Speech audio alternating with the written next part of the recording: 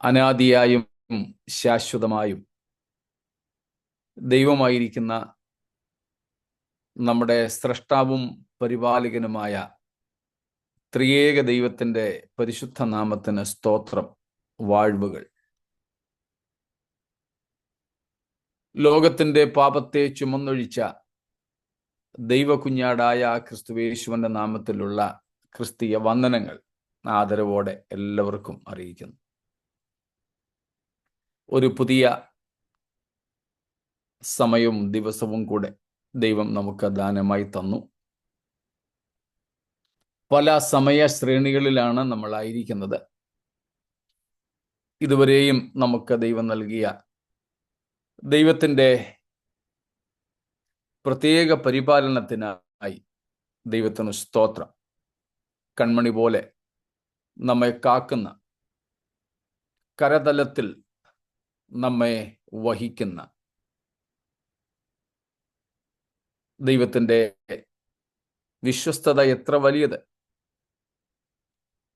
നമ്മെ കൈവിടാതെ, നമ്മൾ അവിശ്വസ്തരായിട്ടും നമ്മോട് വിശ്വസ്തത പുലർത്തിയ നമ്മുടെ ദൈവത്തിന് സ്തോത്രം. നമ്മൾ നേരത്തെയും പഠിച്ചിട്ടുള്ളതുപോലെ ദൈവം നമ്മോട് വിശ്വസ്തത പുലർത്തി എന്ന് പറയുമ്പോൾ ദൈവത്തിൻ്റെ സ്വഭാവത്തോടാണ് ദൈവം വിശ്വസ്തൻ ആയിരിക്കുന്നത്. ദൈവത്തിന് തൻ്റെ സ്വഭാവം ത്യജിപ്പാൻ കഴിയുകയില്ല. പഴയ നിയമം പറയുന്നത് പോലെ വ്യാജം പറവാൻ ദൈവം മനുഷ്യനല്ല. പുതിയ നിയമത്തിൽ നമ്മൾ വായിക്കുന്നു, ഭോഷ്കില്ലാത്ത ദൈവമാണ് നമ്മുടെ ദൈവം. എന്ന് വെച്ചാൽ ഭോഷ്ക്ക് പറയാൻ കഴിയാത്ത ദൈവം. സ്തോത്രം. അതുകൊണ്ട് തന്നെ നമ്മുടെ ദൈവം സത്യമാണ്, സത്യവാനാണ്. സ്തോത്രം. സത്യവും സത്യവാനുമായ നമ്മുടെ ദൈവത്തെ പിൻപറ്റുവാൻ കർത്താവ് നമുക്ക് തന്നിട്ടുള്ള ഭാഗ്യത്തിനായി ദൈവത്തെ സ്തുതിക്കുകയും വാഴ്ത്തുകയും ചെയ്യുന്നു. നമ്മൾ പ്രാർത്ഥനാ വിഷയം പങ്കുവച്ചപ്പോൾ പറഞ്ഞതുപോലെ സ്തോത്രം, ദൈവത്തിന് ഒരു അനാദി നിർണയമുണ്ട്. ആ സമയത്ത് ഞാൻ പറയുകയുണ്ടായി,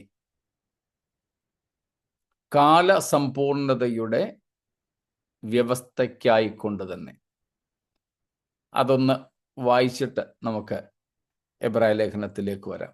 എഫേസ്യ ലേഖനം 1:9-10 വാക്യങ്ങൾ. എഫേഷ്യൻസ് 1:9-10. വായിച്ചോ. അവനിൽ താൻ മുൻനിർണയിച്ച തന്റെ പ്രസാദത്തിനു തക്കവണ്ണം തന്റെ ഹിതത്തിന്റെ മർമ്മം അവൻ നമ്മോട് അറിയിച്ചു. അത് സ്വർഗത്തിലും ഭൂമിയിലുമുള്ളത് എല്ലാം പിന്നെയും ക്രിസ്തുവിൽ ഒന്നായി ചേർക്ക എന്നിങ്ങനെ കാലസമ്പൂർണതയിലെ വ്യവസ്ഥയ്ക്കായിക്കൊണ്ട് തന്നെ. സ്തോത്രം. ഒത്തിരി കാര്യങ്ങൾ അതിനകത്തുണ്ട്. നമ്മുടെ വിഷയം വ്യാഖ്യാനമൊന്നും അതല്ലാത്തത് കൊണ്ട് ആ വിശദാംശങ്ങളിലേക്ക് പോകുന്നില്ല. സ്തോത്രം. The mystery of his will, ദൈവഹിതത്തിൻ്റെ മർമ്മം. സ്തോത്രം. which he had previously purposed in Christ. യേശുക്രിസ്തുവിൽ മുൻ നിർണയിച്ച തൻ്റെ ഹിതത്തിൻ്റെ മർമ്മം. So God had already purposed these things in Christ. അതിൻ്റെ ആ ഹിതത്തിൻ്റെ മർമ്മം നമ്മോടറിയിപ്പാൻ നമ്മുടെ ദൈവത്തിന് പ്രസാദമായി. അതെന്താണെന്ന് 10ാമത്തെ വാക്യത്തിൽ നാം കാണുന്നുണ്ട്. For the maturity of the times and the climax of the ages to unify all things and head them up and consummate them in Christ, things in heaven and things on earth. സ്വർഗത്തിലുള്ളതും ഭൂമിയിലുള്ളതുമായ സകലത്തെയും വീണ്ടും ഒന്നാക്കി തീർക്കുക എന്ന സമയത്തിൻ്റെ ഒരു വ്യവസ്ഥ. അതിനെ പൗലോസ് ഇവിടെ വിളിക്കുന്നത് കാല സമ്പൂർണതയിലെ വ്യവസ്ഥ. സ്തോത്രം. The maturity of the times and the climax of the ages. ദൈവം സമയങ്ങളെ തീരുമാനിച്ച് വച്ചിരിക്കുന്നു. അതാത് സമയങ്ങളിൽ നിറവേറേണ്ട കാര്യങ്ങളെയും ദൈവം ക്രമപ്പെടുത്തി വച്ചിരിക്കുന്നു. സ്തോത്രം. അപ്പം അതിൻ്റെ പൂർത്തീകരണത്തിലേക്കാണ് ദൈവം കാര്യങ്ങളെ നയിച്ചു കൊണ്ടിരിക്കുന്നത്. ദൈവത്തിന് അത്രത്തോളം പ്രാധാന്യം വേറെ വിഷയങ്ങളിൽ ഇല്ല. നമ്മുടെ പ്രാധാന്യം താൽക്കാലികമായ ഇപ്പോഴത്തെ കാര്യങ്ങളില്ല. സ്തോത്രം. ഇപ്പോഴത്തേതില്ല. പക്ഷെ ദൈവത്തിന് ഇപ്പോഴത്തേതിലല്ല, ഇപ്പോൾ നമ്മൾ കാണുന്നതിലല്ല, സ്തോത്രം, വരുവാനുള്ള ഭാവിയുടെ ഒരു ക്രമീകരണം. സ്തോത്രം. അത് നമ്മുടെ തിന്മയ്ക്കല്ല, നന്മയ്ക്കാണ്. അവിടെ പറയുന്ന നന്മയും തിന്മയും ഈ ലോകത്തിൻ്റെ ഭാഷയിൽ നമ്മൾ കണക്കാക്കരുത്. സ്തോത്രം. നിത്യതയുടെ ഭാഷയിൽ, ദൈവത്തിൻ്റെ ഭാഷയിൽ നമ്മളത് മനസ്സിലാക്കണം. സ്തോത്രം. അങ്ങനെയാണ് ദൈവം സകലത്തെയും നന്മയിലേക്ക് നയിച്ചു കൊണ്ടിരിക്കുന്നത്. സ്തോത്രം. അത് തിരിച്ചറിയാനും ദൈവത്തോടൊപ്പം യാത്ര ചെയ്യുവാനും ദൈവം നമുക്ക് കൃപ നൽകട്ടെ എന്ന് ദൈവത്തോട് പ്രാർത്ഥിക്കുന്നു. ഇതിനു മുമ്പും നമ്മൾ പറഞ്ഞിട്ടുള്ളതുപോലെ ഓടുന്ന വണ്ടിയിൽ ചാടിക്കയറാനും ഓടിക്കൊണ്ടിരിക്കുന്ന വണ്ടിയിൽ നിന്ന് ചാടിയിറങ്ങാനും ചിലർക്ക് പറ്റും. ഇവിടെ ഞങ്ങൾ ട്രെയിനിലൊക്കെ കാണാറുണ്ട്, ഈ പരിചയമില്ലാത്തവരെ ഓടുന്ന വണ്ടിയിൽ ഇങ്ങനെ നേരെ നിന്നിട്ട് ഒറ്റ ചാട്ട ഉരുണ്ട് പിടച്ച് താഴെ വീഴും. അതേസമയം വളരെ വേഗത്തിൽ ഓടുന്ന വണ്ടിയിൽ നിന്ന് ആൾക്കാർ ചാടി ഇറങ്ങും. അതിൻ്റെ തത്വം നമുക്കറിയാം. ആ ചാടിക്കയറാനാണെങ്കിൽ ചാടിക്കയറുന്നതിന് മുമ്പ് ആ വണ്ടിയുടെ ഏതാണ്ട് സമാന്തരമായ വേഗതയിൽ നാമും ഓടണം. അതുപോലെ ചാടി ഇറങ്ങി അല്പദൂരമെങ്കിലും വണ്ടിയുടെ അതേ വേഗതയിൽ, അതേ പേസിൽ നമുക്ക് ഓടണം. അതുമല്ലെങ്കിൽ കറങ്ങിക്കൊണ്ടിരിക്കുന്ന ഫാനിൻ്റെ ലീഫുകൾക്ക് ഇടയിലൂടെ നമുക്ക് കരങ്ങളിടാം, മുറിവുണ്ടാകത്തില്ല. എന്ത് തത്വം മതി? എന്ത് വേഗതയിലാണോ, എന്ത് RPM-ലാണോ ഈ ഫാൻ കറങ്ങുന്നത്, അതേ വേഗതയിൽ നാമും കൈ കറക്കിയാൽ അതിനിടയിലൂടെ നമുക്ക് കൈകൾ ഇടുകയും എടുക്കുകയും ചെയ്യാം. ഇതുപോലെ ദൈവം സഞ്ചരിക്കുന്ന അതേ ദിശയിലും അതേ വേഗതയിലും നാമും ദൈവത്തോടൊപ്പം സഞ്ചരിച്ചാൽ നമുക്ക് യാതൊരു ദോഷവും ഉണ്ടാവില്ല. എല്ലാം ദൈവം ക്രിസ്തുവിൽ നിർണയിച്ചിരിക്കുന്ന ആത്യന്തിക നന്മയിലേക്ക് എത്തിച്ചേരും. അത് തിരിച്ചറിയാനും ദൈവത്തോടൊപ്പം ദൈവത്തിൻ്റെ അതേ ഗതിവിഗതികളിൽ സഞ്ചരിപ്പാനും ദൈവം നമുക്കേവർക്കും കൃപയേകട്ടെ എന്ന് പറഞ്ഞ് നാം പഠിച്ചു വരുന്ന വിഷയത്തിലേക്ക് ശ്രദ്ധയെ കൊണ്ടുപോകുന്നു. എബ്രായർക്കുള്ള ലേഖനം 1-ാമത്തെ അധ്യായം. നമ്മൾ 1 മുതലുള്ള വാക്യങ്ങളാണ് ചിന്തിച്ചു കൊണ്ടിരിക്കുന്നത്. അതിൽ 2 തരം മെസ്സഞ്ചേഴ്സിനെ നമുക്ക് കാണാം. 2 തരം ദൂതുവാഹികൾ. 1-ാമത്തെ ദൂതുവാഹികൾ പ്രവാചകന്മാരായിരുന്നെങ്കിൽ 2-ാമത്തെ ദൂതുവാഹികൾ ദൈവദൂതന്മാരാണ്. 1-ാം അധ്യായത്തിൽ പറയുന്നു, ഈ രണ്ട് ദൈവ ദൂതുവാഹികളെക്കാളും യേശുക്രിസ്തു ഉന്നതൻ, യേശുക്രിസ്തു ശ്രേഷ്ഠൻ. ക്രിസ്തുവിൻ്റെ ശ്രേഷ്ഠതയുടെ അവർണ്ണനീയമായ ഒരു പ്രദർശനമാണ് നമുക്ക് ഈ ഭാഗങ്ങളിൽ കാണാൻ സാധിക്കുക. സ്തോത്രം. Both the prophets and the angels, they were the messengers of God who transmitted the message of God to humanity. The first messengers were human beings called prophets, but the second group of messengers are higher created beings called angels, angelos in Greek. സ്തോത്രം. നമ്മൾ ഉറുദു, അറബി ഭാഷകളിലൊക്കെ മലക്കുകളെന്ന് കേട്ടിട്ടുണ്ട്. മലക്ക്.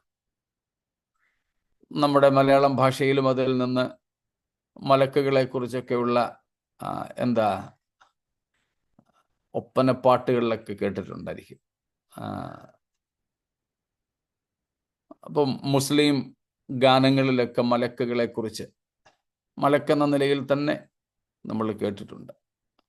അപ്പം മലക്ക് എന്നുള്ളതാണ് എബ്രായ ഭാഷയിൽ ദൂതന്മാർക്ക് പറയുന്നത്. അവർ ഏഞ്ചൽസ് എന്നതിനേക്കാൾ മെസ്സഞ്ചേഴ്സ് എന്നാണ് അതിൻ്റെ അർത്ഥം. മെസ്സഞ്ചേഴ്സ്, ദൂതുവാഹികൾ. ആ അർത്ഥത്തിൽ തന്നെയാണ് മലയാളത്തിൽ ദൂതന്മാർ എന്നുള്ളത്. മെസ്സഞ്ചേഴ്സിൻ്റെ ഏഞ്ചൽസ് എന്നതിനേക്കാൾ മെസ്സഞ്ചേഴ്സ് എന്നതാണ് ദൂതന്മാർ എന്നതിൻ്റെ ഇംഗ്ലീഷ് വാക്ക്. കൂടുതൽ കൃത്യമായിട്ടുള്ള English walk messengers. The persons or the beings or the creatures appointed to transmit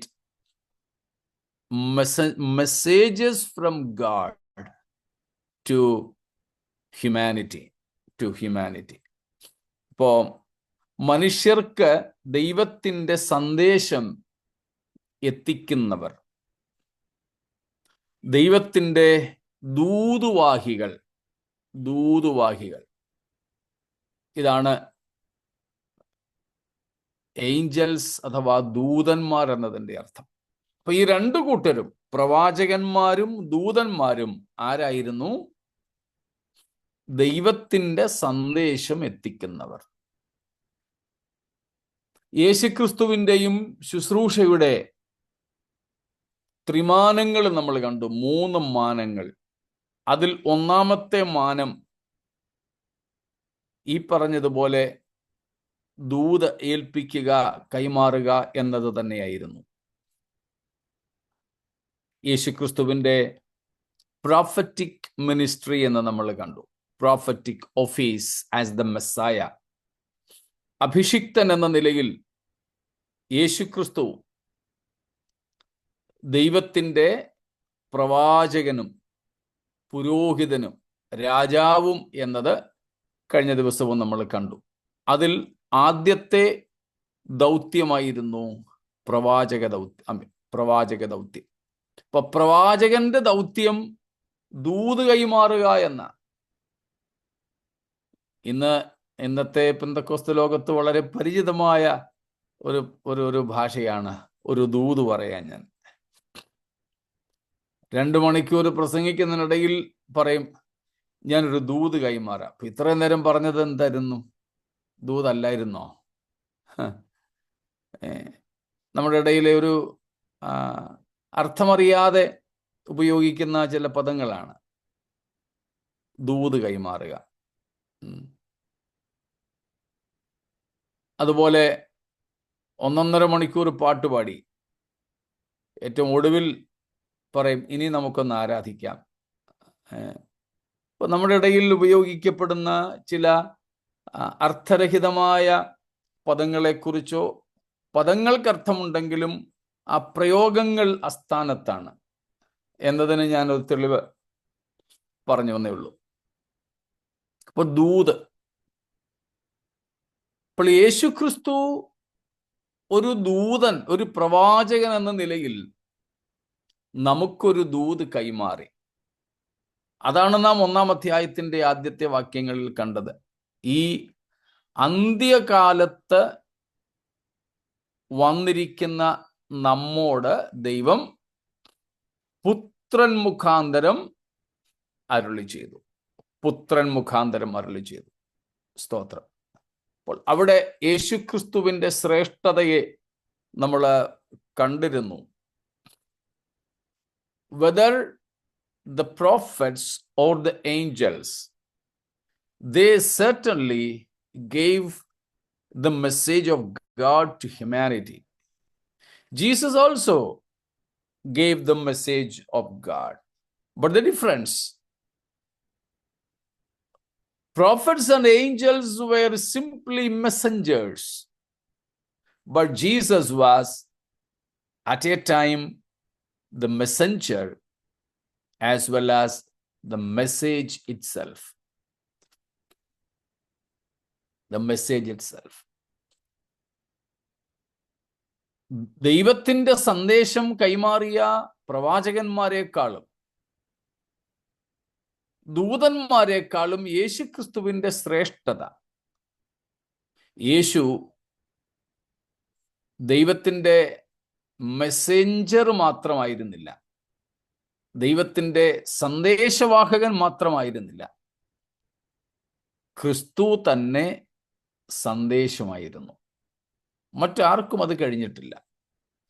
ദൈവത്തിന്റെ സന്ദേശമാകാൻ പ്രവാചകന്മാർക്കോ ദൂതന്മാർക്കോ കഴിഞ്ഞിട്ടില്ല. അവർക്ക് ദൂത് കൈമാറാൻ മാത്രമേ സാധിച്ചിട്ടുള്ളൂ. പക്ഷെ യേശു അവരിൽ നിന്നും വ്യത്യസ്തനായി ദൈവത്തിന് മനുഷ്യരോട് അറിയിപ്പാനുള്ള സന്ദേശം തന്നെയായിട്ടാണ് വന്നത്.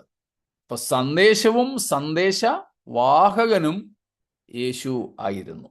ഇന്നലെ നമ്മൾ കണ്ടതുപോലെ യാഗവസ്തുവും യാഗ അർപ്പകനും യേശുക്രിസ്തു തന്നെയായിരുന്നതുപോലെ ദൂതും ദൂതവാഹകനും യേശു തന്നെയായിരുന്നു. സ്തോത്രം. ആ ശ്രേഷ്ഠതയെക്കുറിച്ചാണ് നാം അവിടെ കണ്ടുകൊണ്ടിരിക്കുന്നത്. സ്തോത്രം. നമുക്ക് 3ഉം 4ഉം വാക്യങ്ങളൊന്നും കൂടെ വായിക്കാമല്ലോ. 3-ാം വാക്യം വീണ്ടും വായിക്കുന്നത് 4-ാം വാക്യത്തിന്റെ തുടക്കം 3-ൽ ആണ് എന്നതുകൊണ്ടാണ്. വായിച്ചേട്ടെ. അവൻ അവന്റെ തേജസ്സിന്റെ പ്രഭയും തത്വത്തിന്റെ മുദ്രയും സകലത്തെയും തന്റെ ശക്തിയുള്ള വചനത്താൽ വഹിക്കുന്നവനും ആകൊണ്ട് പാപങ്ങൾക്ക് പരിഹാരം ഉണ്ടാക്കിയ ശേഷം ഉയരത്തിൽ മഹിമയുടെ വലത്തുഭാഗത്ത് ഇരിക്കുകയും അവൻ ദൈവദൂതന്മാരെക്കാൾ വിശിഷ്ടമായ നാമത്തിന് അവകാശിയായതിനൊത്തവണ്ണം അവരെക്കാൾ ശ്രേഷ്ഠനായി തീരുകയും ചെയ്തു. സ്തോത്രം. യേശു ഇവിടെ നാം വായിക്കുന്നു, ദൂതന്മാരെക്കാൾ ശ്രേഷ്ഠൻ ആയിത്തീർന്നു. സ്തോത്രം. ഇന്നലെ നമ്മൾ അതിനോടനുബന്ധിച്ച് കാണുകയുണ്ടായി. സ്തോത്രം. Having become superior to the angels. സ്തോത്രം. അവൻ ദൂതന്മാരെക്കാൾ ശ്രേഷ്ഠൻ ആയിത്തീർന്നു. ഗിനോമായി ആയിത്തീർന്നു. ഗിനോമായി എന്ന ഗ്രീക്ക് പദമാണ് ആയിത്തീർന്നു, ഹാവിങ് ബിക്കം എന്നതിന് കൊടുത്തിരിക്കുന്നത്.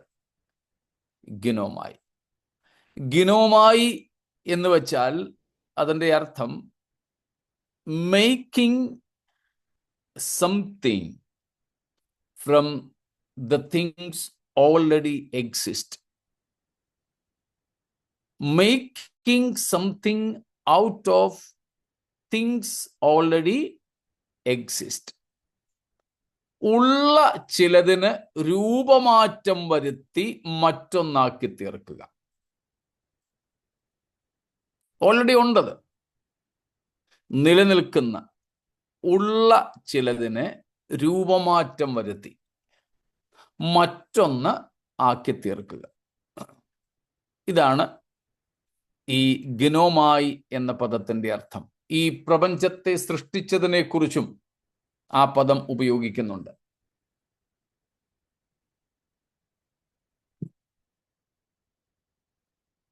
ഗിനോമായി. അപ്പോൾ യേശുക്രിസ്തു മറ്റേതോ ഒരവസ്ഥയിലായിരുന്നുവെന്നും ഇപ്പോൾ അവൻ ദൂതന്മാരെക്കാൾ ശ്രേഷ്ഠനാക്കപ്പെട്ടു എന്നും നാം കാണുന്നു. ഇന്നലെ നമ്മളതേക്കുറിച്ച് പഠിച്ചു. 2-ാം അധ്യായത്തിന്റെ 7-ഉം 9-ഉം വാക്യങ്ങളായിരുന്നു അതിനടിസ്ഥാനമായിട്ട് നമ്മൾ കണ്ടത്. സ്തോത്രം. ദൂതന്മാരെക്കാൾ മനുഷ്യനെ ദൈവം അല്പം താഴ്ത്തിയാണ് ഉണ്ടാക്കിയത്. മറ്റു രീതിയിലല്ല, ഇൻ അപ്പിയറൻസ്, കാഴ്ചയ്ക്ക്, അസ്തിത്വത്തിൽ, സൃഷ്ടിക്കപ്പെട്ട വസ്തുക്കളെ നോക്കിയാൽ ദൂതന്മാരെക്കാൾ മനുഷ്യർ താണവരാണ്. പദവിയിലല്ല, പദവിയിൽ ദൂതന്മാരെക്കാൾ മനുഷ്യർ ശ്രേഷ്ഠർ തന്നെ. എന്നാൽ പ്രകൃതത്തിൽ, in nature, in appearance, in existence, in the material they are made up of, in these things angels are higher beings, humans are little lower than the angels. അപ്പം കാഴ്ചയ്ക്കും ഉണ്ടാക്കപ്പെട്ട വസ്തുക്കളുടെ അടിസ്ഥാനത്തിലും ഒക്കെ നോക്കിയാൽ ദൂതന്മാർ മനുഷ്യരെക്കാൾ ശ്രേഷ്ഠരാണ്. ദൂതന്മാർ അമർത്യരാണ്, മനുഷ്യർ മർത്യരാണ്. Angels are immortal, but humans are mortal beings. They don't have a physical body, but we have. അവയ്ക്ക് നമ്മുടേതുപോലെ ഒരു ഭൗമ ശരീരമില്ല, പക്ഷേ നമുക്കുണ്ട്. അവയുടെ നിലനിൽപ്പിന് നമുക്ക് ഉള്ളതുപോലെ, നമുക്ക് വേണ്ടതുപോലെ ഭൗമ വസ്തുക്കളുടെ ലഭ്യത ആവശ്യമില്ല. വായുവും വസ്ത്രവും ഭക്ഷണവും ഇങ്ങനെ ഭൗമ വസ്തുക്കളുടെ ആവശ്യമില്ലാതെ തന്നെ അവയ്ക്ക് അസ്തിത്വം നിലനിർത്താം. പക്ഷെ നമുക്ക് സാധ്യമല്ല.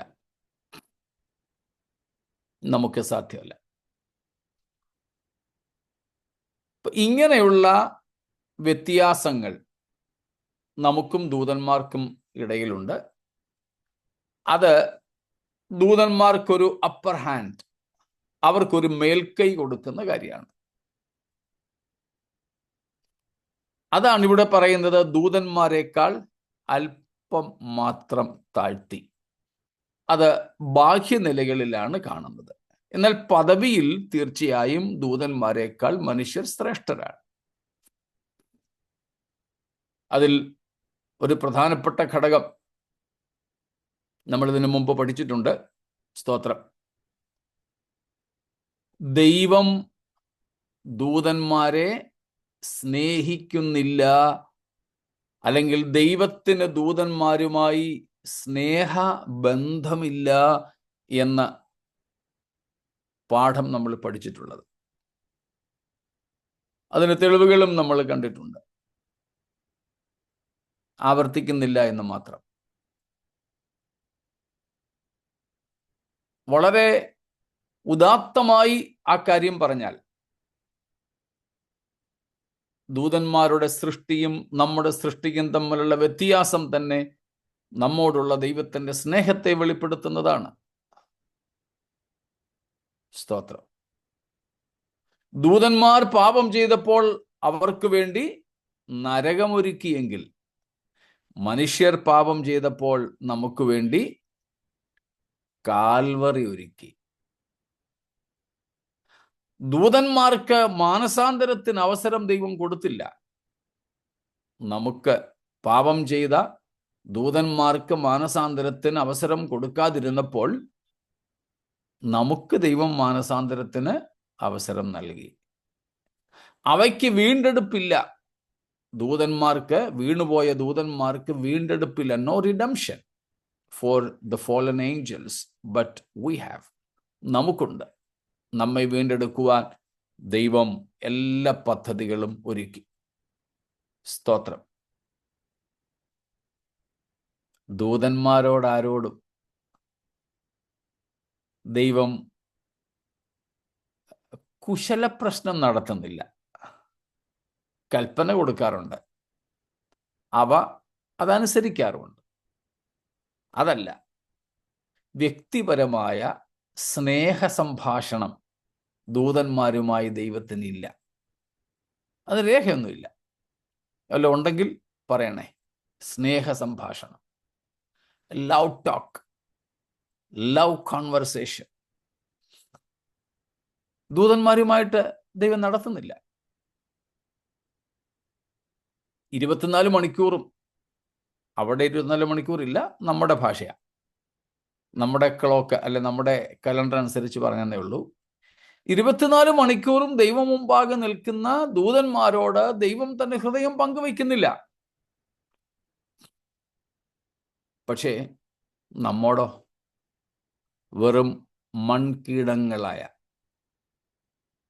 എന്ന് ഞാൻ പറയുന്ന നിർവചനം ഉദ്ധരിച്ചോട്ടെ, ആവർത്തന വിരസത തോന്നല്ലേ? സ്തോത്രം. എന്താ, നിങ്ങൾ തന്നെ പറഞ്ഞാലെങ്കിൽ നന്നായിരിക്കും. പൊടിയിൽ നിന്നുത്ഭവിച്ച് മൺപുരകളിൽ പാർത്ത് പുഴുപോലെ ചതഞ്ഞരഞ്ഞു പോകുന്ന മനുഷ്യൻ. സ്തോത്രം. അപ്പോൾ ഇങ്ങനെയുള്ള പൊടിയിൽ നിന്നും ഉത്ഭവിച്ച് മൺപുരകളിൽ പാർത്ത് പുഴു പോലെ ചതഞ്ഞു പോകുന്ന മനുഷ്യരോട് ദൈവം സന്ധി സംഭാഷണങ്ങളിൽ ഏർപ്പെടുന്നു, സ്നേഹ സംഭാഷണം നടത്തുന്നു. ഞാൻ വിശ്വസിക്കുന്നു ഇന്നും ഒരുപക്ഷെ എല്ലാവരോടും ഇല്ലെങ്കിലും നമ്മിൽ ചിലരോടെങ്കിലും ദൈവം സ്നേഹ സംഭാഷണം നടത്തിയിട്ടുണ്ടെന്ന്. സ്തോത്രം. ഞാൻ വായിച്ചിട്ടുണ്ട്, ക്രിസ്തുവിൽ വിശ്രമിക്കുന്ന ഡോക്ടർ ബില്ലി ഗ്രഹാം റഷ്യയിൽ ഒരു സുവിശേഷ യോഗത്തിന് വേണ്ടി ചെന്നപ്പോൾ ഇമിഗ്രേഷനിൽ അദ്ദേഹം സുവിശേഷകനാണെന്ന് അറിഞ്ഞുകൊണ്ട് ചോദിച്ചു അത്രേ, റഷ്യൻ അധികാരികൾ, നിങ്ങൾ എന്തിനാണ് ഇവിടെ വന്നത്? അദ്ദേഹം കാര്യങ്ങളൊക്കെ പറഞ്ഞപ്പോൾ പറഞ്ഞു, എന്തൊരു മണ്ടത്തരമാ, ദൈവം ഇല്ല, ദൈവം മരിച്ചുപോയി, ദൈവം ഇല്ല, ഇനി അഥവാ ഉണ്ടെന്ന് നിങ്ങൾ പറഞ്ഞാലും ആ പുള്ളി മരിച്ചുപോയി എന്ന് പറഞ്ഞു. അപ്പം ബില്ലി ഗ്രഹാം പറഞ്ഞതായിട്ടാണ് രേഖപ്പെടുത്തിയിരിക്കുന്നത്, സാറേ ഇല്ല, ഇന്നും ഞങ്ങൾ തമ്മിൽ സംസാരിച്ചായിരുന്നെന്ന് പറഞ്ഞു. ഞങ്ങൾ ഇന്നും സംസാരിച്ചതാ ഞങ്ങൾ തമ്മിൽ, അദ്ദേഹം മരിച്ചിട്ടില്ല, ഇപ്പോഴും ഉണ്ടെന്ന് പറഞ്ഞു. സ്തോത്രം. അപ്പം അതുകൊണ്ടാണ് പറഞ്ഞത്, ഇന്നും നമ്മിൽ ചിലരോടെങ്കിലും ദൈവം സംസാരിച്ചിട്ടുണ്ടാവും. പക്ഷെ ദൂതന്മാരോട് ആരോടും ഇല്ല.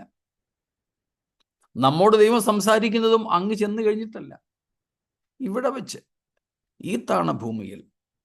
സ്തോത്രം. എന്നെ വളരെ ആകർഷിച്ചിട്ടുള്ള ഒരു പ്രയോഗം ഞാൻ ഒരു പ്രാവശ്യം മറ്റും നമ്മുടെ ഇടയിൽ പങ്കുവച്ചിട്ടുണ്ട്. ഒന്ന് നോക്കിക്കോളൂ. ലൂക്കോസ് 12:1 വാക്യം. ലൂക്ക് 12:1.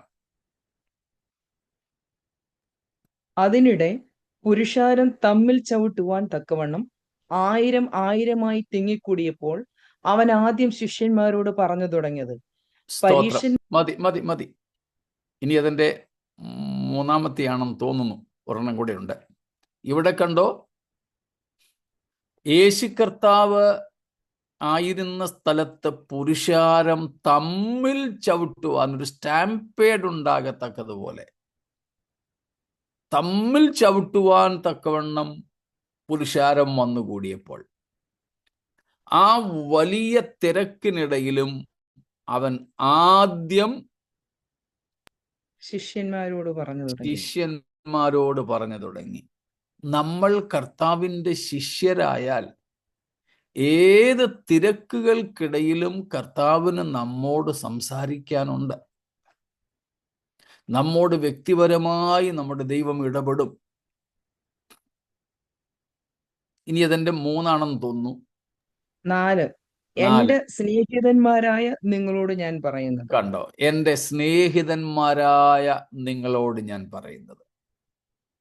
അപ്പം നമ്മൾ യേശുവിൻ്റെ ശിഷ്യന്മാരും അവൻ്റെ സ്നേഹിതന്മാരുമാണെങ്കിൽ ദൈവത്തിന് നമ്മോട് വ്യക്തിപരമായി സംസാരിക്കുവാനുണ്ട്.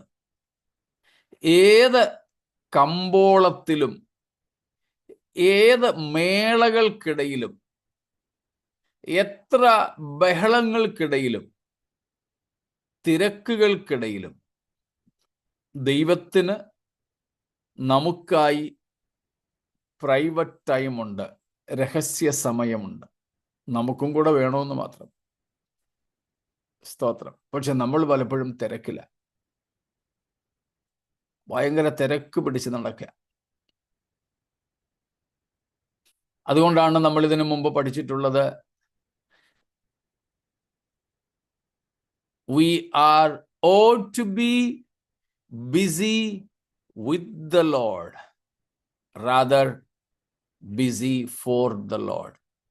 സ്തോത്രം. കർത്താവിന് വേണ്ടി തിരക്കുള്ളവരായിരിക്കുന്നതിനേക്കാൾ കർത്താവിനോട് കൂടെ തിരക്കുള്ളവരായിരിക്കണമെന്ന് നമ്മൾ പഠിച്ചിട്ടുണ്ട്. 2 ആന്റിമാരുടെ കാര്യം നമുക്കറിയാം. മേരി ആൻറ്റിയും മാർത്ത ആൻറ്റിയും. മേരിയും മാർത്തയും. Martha was busy for the Lord, but Jesus did not approve her busyness. But Mary was so busy with the Lord, and she did not have time even to help Martha in her tasks. മാർത്തയെ അവളുടെ തിരക്കുകൾക്കിടയിൽ ഒന്ന് സഹായിക്കാൻ പോലും സമയമില്ലാത്തതുപോലെ മറിയ യേശുവിനോട് കൂടെ തിരക്കിലായിരുന്നു. അതുപോലെ നാമുമായിരുന്നാൽ ദൈവത്തിന് നമ്മോട് സംസാരിക്കുവാനായിട്ടുണ്ടാകും. സ്തോത്രം. അപ്പൊ പറഞ്ഞു വന്നത്, ദൂതന്മാരെക്കാൾ മനുഷ്യർ ശ്രേഷ്ഠന്മാരാണ് അവരുടെ പദവിയിൽ. എന്നാൽ ബാഹ്യമായ സൃഷ്ടിയുടെ അവസ്ഥകളിൽ ദൂതന്മാരാണ് നമ്മേക്കാൾ ശ്രേഷ്ഠന്മാർ. ആ അർത്ഥത്തിലാണ് ഇവിടെ 2-ാം അധ്യായത്തിന്റെ 7 ഉം 9 വാക്യങ്ങളിൽ പറഞ്ഞിരിക്കുന്നത്, ദൂതന്മാരെക്കാൾ അല്പം മാത്രം താഴ്ത്തിയാണ് നമ്മെ ഉണ്ടാക്കിയതെന്ന്. ആ താഴ്ച ആണ് ഈ ശാരീരികമായ താഴ്ചയെക്കുറിച്ച് പറഞ്ഞത്. സ്തോത്രം.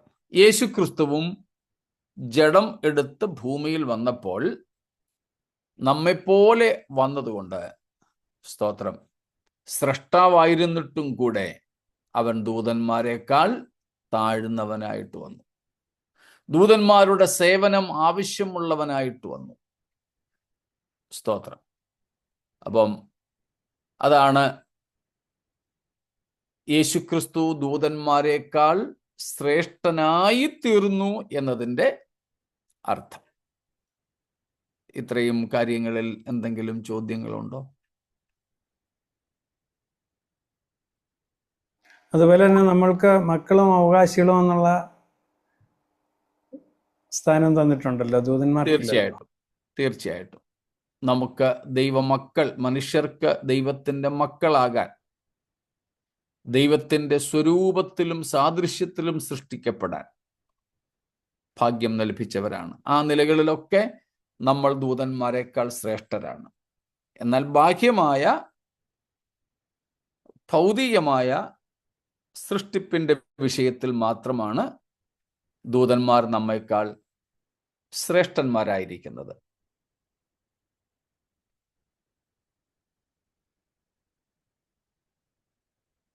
മറ്റെന്തെങ്കിലും?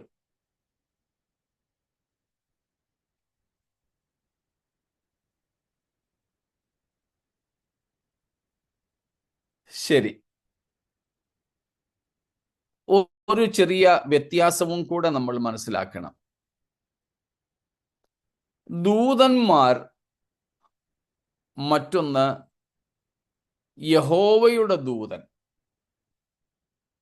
Angeles and angel of the Lord.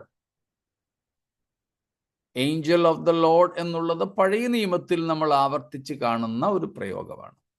രണ്ടും ബൈബിളിനകത്ത് നിർവചിച്ച് വ്യത്യാസപ്പെടുത്തിയിട്ടില്ല, അല്ലെങ്കിൽ വ്യത്യാസം നിർവചിച്ച് നമുക്ക് തന്നിട്ടില്ലെങ്കിലും വ്യത്യസ്തമായ നിലയിൽ നമുക്ക് മനസ്സിലാക്കാൻ സാധിക്കും. അത് ഒന്ന് പറഞ്ഞ് നമുക്ക് അടുത്ത ഭാഗത്തേക്ക് പോകാം. It is a common repeated usage in the Old Testament. Angel of the Lord, കർത്താവിൻ്റെ ദൂതൻ, യഹോവയുടെ ദൂതൻ എന്നൊക്കെ. യഹോവയുടെ ദൂതൻ അല്ലെങ്കിൽ കർത്താവിൻ്റെ ദൂതൻ എന്ന പ്രയോഗം സാധാരണ ദൂതന്മാരിൽ നിന്നും വ്യത്യസ്തമായിട്ടാണ് ഉപയോഗിച്ചിട്ടുള്ളത്. സാധാരണ ദൂതന്മാർ എന്നതിൽ നിന്നും വ്യത്യസ്തമായിട്ടാണ് ഉപയോഗിച്ചിട്ടുള്ളത്. അപ്പോൾ യഹോവയുടെ ദൂതൻ എന്നതുകൊണ്ട് അർത്ഥമാക്കുന്നത് 2-3 കാര്യങ്ങളാണ് പൊതുവെ അതേപ്പറ്റി പറയുന്നത്. ഒന്ന്, the angel of the Lord is understood to be a supernatural being. A supernatural being. An angel of the Lord is understood to be God Himself. God Himself. A third aspect is an angel of the Lord is considered to be a being not created. A being not created. യഹോവയുടെ ദൂതൻ എന്ന് പറഞ്ഞാൽ ഒന്ന്, ഒരു അമാനുഷികമായ ആളത്വമാണത്. Supernatural being, അമാനുഷിക ആളത്വം.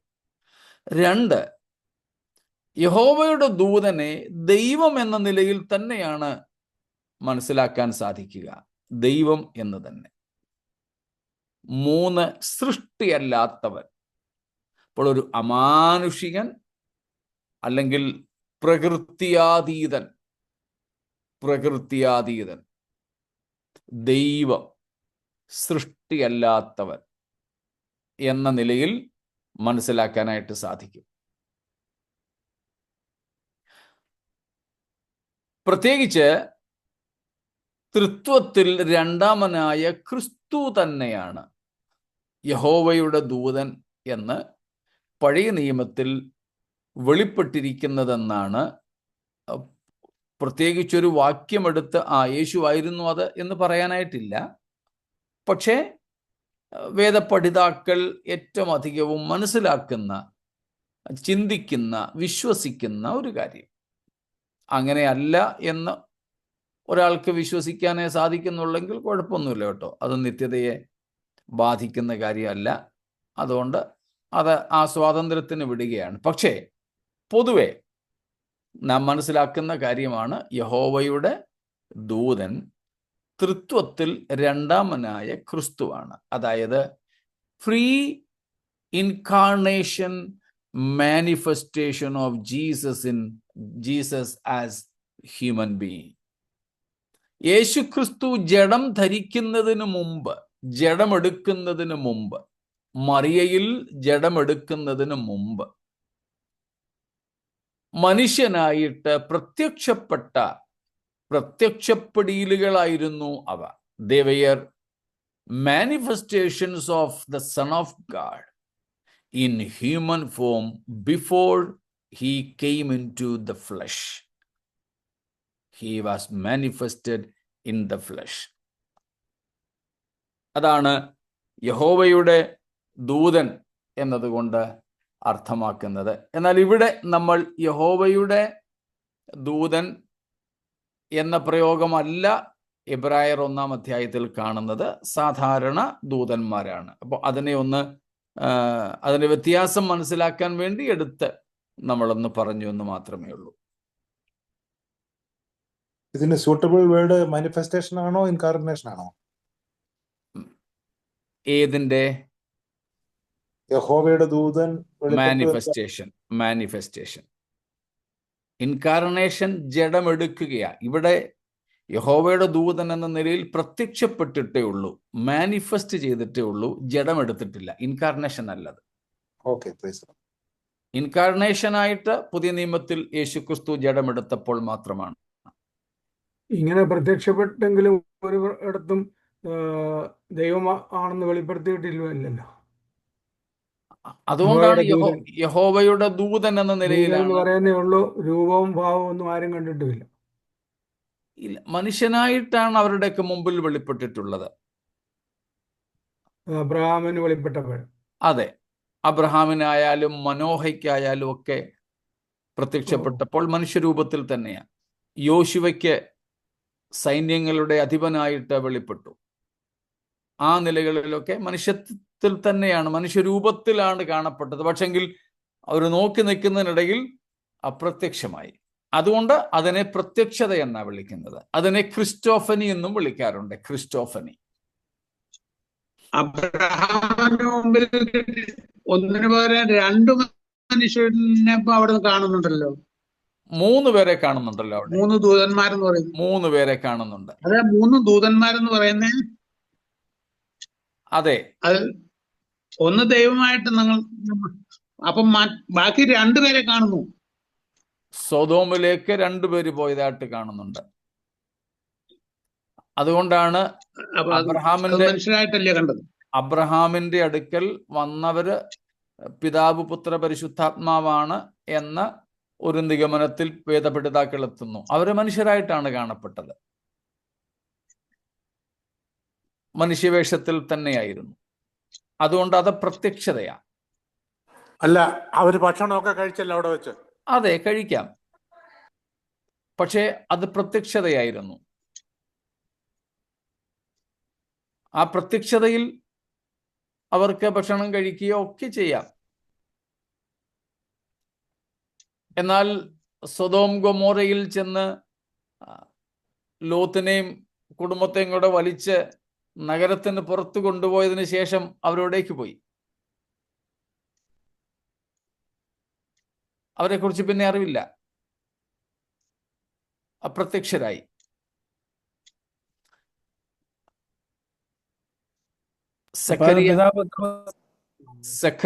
സഖരിയാവിനും മറിയയ്ക്കും യോസേഫിനും ഒക്കെ ദൂതന്മാർ പ്രത്യക്ഷരായപ്പോൾ പോലും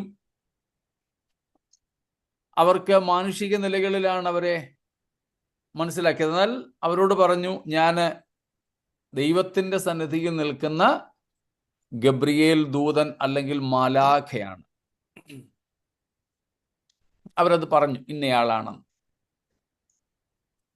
അപ്പോൾ യഹോവയുടെ ദൂതൻ എന്ന് എടുത്തു പറഞ്ഞിരിക്കുന്നത് ഇംഗ്ലീഷിൽ മിക്കവാറുമൊക്കെ യഹോവയുടെ ഏഞ്ചൽ ഓഫ് ദ ലോർഡ് എന്നുള്ളതിന്റെ എയും ക്യാപിറ്റലായിട്ടാണ് കൊടുത്തിട്ടുള്ളത്. Angel of the Lord. ദാനിയേലിന് പ്രത്യക്ഷപ്പെട്ടതും ദൂതൻ തന്നെയാണല്ലോ അല്ലേ, ഗബ്രിയേൽ അല്ലേ? അതെ, ദാനിയേലിനും മീഖായേലും ഗബ്രിയേലുമാ പ്രത്യക്ഷപ്പെട്ടത്. കൊർന്നൊല്യോസിന് യോഹനാന്റെ വിഷയത്തിലും ദൂതൻ തന്നെ. ഏത് യോഹന്നാന്റെ? യോഹന്നാൻ വെളിപ്പാടില്ലേ, അതും ദൂതൻ തന്നെയാണല്ലോ. അല്ല, അവിടെ ക്രിസ്തു അല്ലേ പ്രത്യക്ഷപ്പെട്ടത്? അല്ല, ഒടുവിൽ പറയുന്നത് ഞാൻ നിന്റെ അല്ല, സേവകൻ- അവിടെ സഹഭൃത്യൻ എന്ന് പറയുന്നുണ്ടല്ലോ. ആ, അതെ, അത് സഹഭൃത്യൻ എന്ന് പറഞ്ഞത് ദൂതനാണ്. ദൂതൻ. ആ ദൂതൻ ആരാണെന്ന് നമ്മൾ പഠിച്ചിരുന്നു. ഉയർത്തെഴുന്നേൽക്കപ്പെട്ട ഒരു പ്രവാചകനാകാനാണ് ഏറെ സാധ്യത എന്ന് നമ്മൾ ആ ഭാഗം പഠിച്ചപ്പോൾ വിശദമാക്കിയിരുന്നല്ലോ. Okay, praise the Lord.